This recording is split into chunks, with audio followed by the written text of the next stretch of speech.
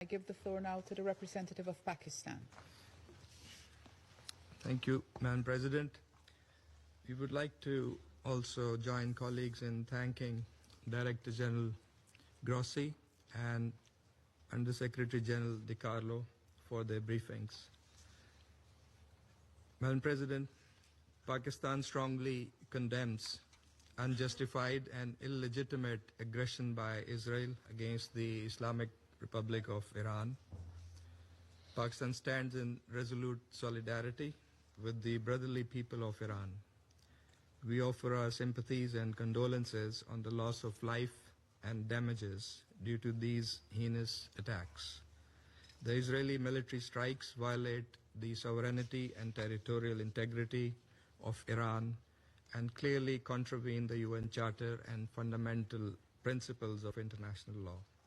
We unequivocally denounce these blatant provocations, which constitute a grave danger and a serious threat to the peace, security, and stability of the entire region and beyond, with serious implications. Iran has the right to self-defense under Article 51 of the UN Charter. Madam President, these attacks follow a dangerous pattern of Israeli irresponsible conduct marked by ongoing military operations in Gaza and repeated cross-border strikes in Syria, Lebanon, and Yemen, demonstrating a consistent and deliberate disregard for international norms. Israel's actions in the Middle East reflect a continuing pattern of unilateral militarism in flagrant violation of Article 2(4) of the UN Charter and represent acts of aggression as defined under General Assembly Resolution 3314 of 1974. Israel's serial breaches of sovereignty normalize impunity, erode the authority of the United Nations, and gravely undermine the international order. Such blatant aggression and contempt for international law has already had devastating consequences. In Gaza, tens of thousands of civilians have been killed as a result of Israeli military onslaught, and a humanitarian catastrophe has unfolded under an illegal blockade that has in fact been there for over 15 years. In Syria, Yemen, and Lebanon, Israeli airstrikes have repeatedly targeted sovereign territory, undermining regional stability and exacerbating tensions. The fact that these attacks against Iran have happened in the middle of a negotiations process aimed at finding a peaceful diplomatic solution to the Iranian nuclear issue makes it all the more morally repugnant and against international norms. These actions risk eroding the trust and sanctity of the negotiations process, so crucial for the peaceful settlement of these issues. Madam President, Pakistan reaffirms its support for the resolution of the Iranian nuclear issue through peaceful means, diplomatic engagement, and sustained dialogue. The JCPOA was an outcome of painstaking and arduous yet constructive negotiations. It charted a roadmap to comprehensively address the concerns of the parties involved by clearly defining their relevant obligations and responsibilities. The illegal use of force against Iran and the ensuing situation are likely to frustrate the ongoing diplomatic efforts and could destabilize a region that is already under very severe stress.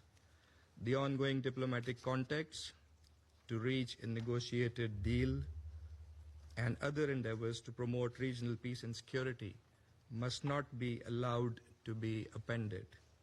It is highly regrettable that these attacks have happened when the IAEA was continuing its verification activities in Iran.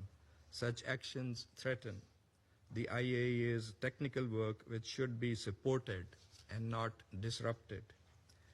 Israel has violated international law, IAEA statute, and several IAEA resolutions by attacking the IAEA safeguarded facilities.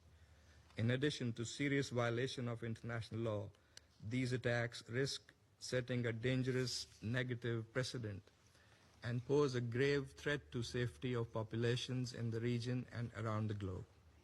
Pakistan, as an immediate neighbor of Iran, is therefore seriously concerned. Security Council Resolution 487 strongly affirmed such attacks as a clear violation of the UN Charter, the norms of international conduct, and a serious threat to the entire IAEA safeguard regime.